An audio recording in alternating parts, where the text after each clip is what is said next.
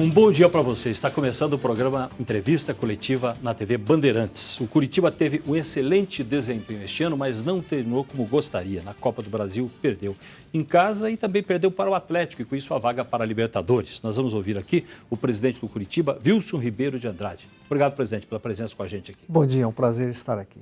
E conosco aqui, participando, os jornalistas Napoleão de Almeida, apresentador do Jogo Aberto da TV Bandeirantes, o Gerson Dalla Estela, do mesmo programa, também foi goleiro do Curitiba, o Marcelo Bianchini, editor-chefe do programa Band Cidade, aqui na TV Bandeirantes, e também o Marco Pires, jornalista da Bandeirantes. E começamos com o Napoleão de Almeida. A primeira pergunta, Napoleão. Bom dia, Vili, bom dia a todos. Wilson, bom dia. Bom dia.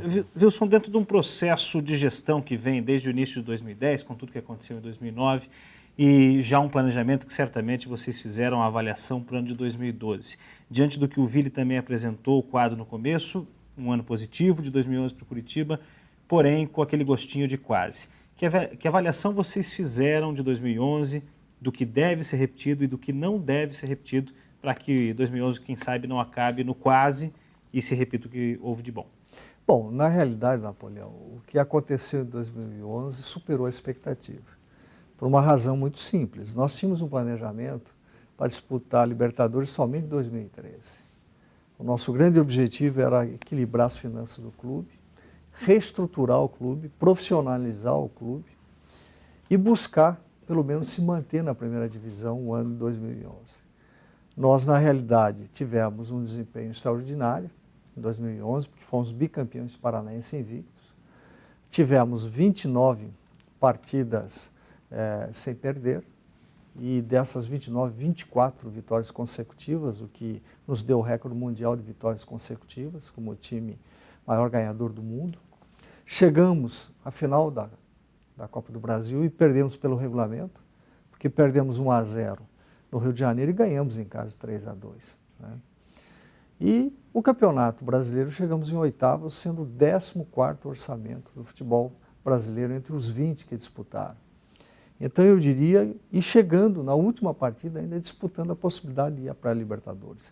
Então eu diria que foi um ano extraordinário, muito acima da expectativa que nós tínhamos. Evidentemente que esse planejamento continua, 2012 é mais um desafio, é a continuidade da execução desse planejamento, a reestruturação de alguns setores que a gente vem modificando para e passo, inclusive com melhorias consideráveis no próprio departamento médico, com novos aparelhos que nós estamos adquirindo para dotar o Curitiba de uma estrutura, uma das melhores do Brasil, no centro de recuperação de atletas, e também montar um time, além de um plantel que nós devemos permanecer com 80% desse plantel, reforçar pontualmente as posições necessárias para que esse time seja competitivo dentro da estrutura financeira que o clube pode honrar. Pergunta do Gerson Dalla Estela. Bom dia, Vili, bom dia aos amigos de mesa. Uma honra enorme estar presente novamente no Dr. Wilson, companheiro de antigas, né? E assim, dentro desse modelo de gestão que o Curitiba implantou, não é? O Dr. Wilson foi o responsável direto por essa grande mudança. Trabalhar com o 14º orçamento contra equipes mais poderosas e com mais dinheiro, o futebol tem que ser muito bem pensado, né? Essa dificuldade toda, existe um segmento, um caminho, e o Dr. Wilson acha que o Curitiba tem a condição de dar esse segmento com a mesma eficiência? Olha, o grande diferencial desse planejamento e dessa estruturação da gestão foi primeiro a profissionalização das áreas, porque o Curitiba ele tinha diversas pessoas muito bem intencionadas, mas com visões um pouco diferentes de gestão. Eu venho da iniciativa privada, venho do sistema financeiro e aprendi ao longo da minha vida, sou professor de gestão empresarial, que você planejando, organizando, às vezes não dá certo. Se não planejar, não organizar, com certeza não dará certo. Então nós reestruturamos, profissionalizamos todas as áreas. Eu acho que esse foi o grande ganho que o Curitiba teve. E aí tem um aspecto que eu acho que até pode ser um contrassenso você falar isso, mas a queda do Curitiba para a segunda divisão, com os problemas que aconteceram com o Curitiba, nós conseguimos fazer com tranquilidade a reestruturação. Houve um planejamento adequado, houve uma modificação porque todas as alas do Curitiba se uniram. E quando todas as alas se uniram, você teve mais facilidade para implantar um projeto. E esse projeto hoje, ele tem uma segmentação que ele vai até 2015. Evidentemente que o futebol é dinâmico, você tem que mudar, o planejamento estratégico não é uma camisa de força, você muda de acordo com as necessidades. Agora, a recuperação da autoestima do torcedor, a grande mobilização do sócio, que saímos de 2.500 sócios para 30 mil sócios, isso foi um fator decisivo para o equilíbrio financeiro que o clube tanto busca e tanto precisa.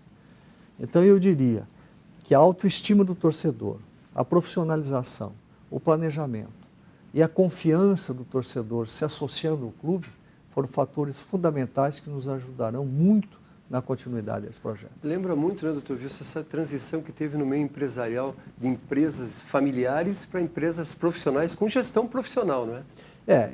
É um processo que hoje não tem volta, né?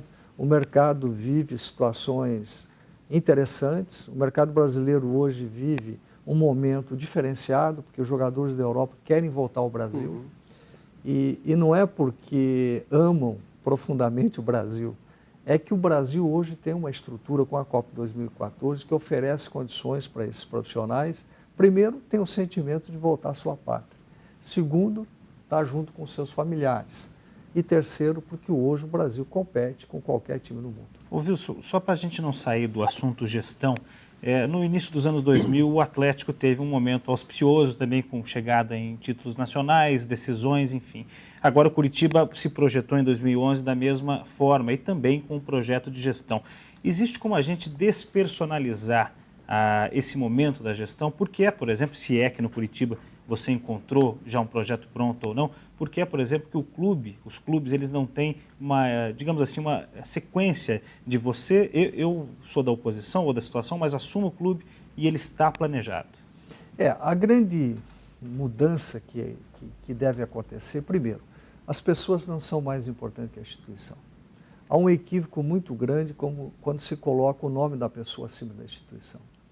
Esse é o primeiro paradigma que nós quebramos no Curitiba. Hoje o Curitiba tem um planejamento que não é do Wilson, não é dessa diretoria. Hoje ele está aprovado no Conselho e faz parte do projeto dos 3 anos do Conselho, aprovado por todos os conselheiros e fiscalizados, tanto pelo Conselho Fiscal como pelo Conselho Consultivo do clube. Então, a obrigação não é de um presidente, a obrigação é da instituição. Então, com isso, você blinda a condição de alguém entrar e dizer o seguinte, não, o que essa diretoria fez está tudo errado, eu vou fazer um outro projeto. Então não tem continuidade de projeto.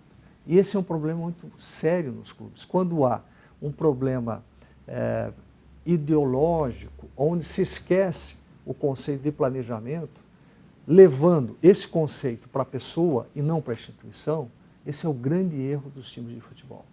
Nós temos que entender que a instituição são maior que as pessoas. E o projeto não é da pessoa. Não importa quem fez o projeto sempre será da instituição. Marcelo Bianchi. O senhor falou 2 aspectos. Sobre a união dos vários departamentos do time e também que nenhum nome é mais importante do que a instituição. Esses poderiam ser 2 conselhos que o senhor daria, por exemplo, a nova diretoria do Atlético, que no ano que vem vai disputar a 2ª divisão? Que conselho o senhor daria para o seu rival? O senhor recebeu algum conselho? Olha, eu na realidade, eu tive uma conversa antes de assumir o Curitiba com o Mário Celso. Eu não o conhecia.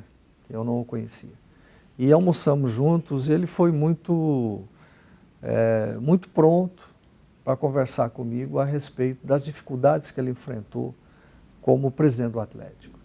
O que eu quero dizer é o seguinte, de que não há uma fórmula mágica, porque as instituições são diferentes e os seus conceitos também diferem. Agora, o que existe, e eu sempre digo isso, a união é fundamental. Terminada a eleição do nosso co-irmão, o único conselho que eu dou é que as forças se unam. Porque a única forma de sucesso é quando o clube está unido. Se o clube não está unido, é uma dificuldade muito grande para você realizar uma obra grandiosa, como são os nossos clubes. Eu sou o maior defensor do futebol do Paraná.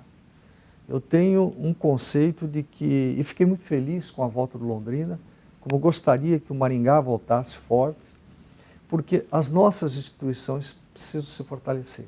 Porque hoje o futebol brasileiro vive o quê? 4 times de São Paulo, 4 do Rio, 2 de Minas e 2 do Rio Grande do Sul.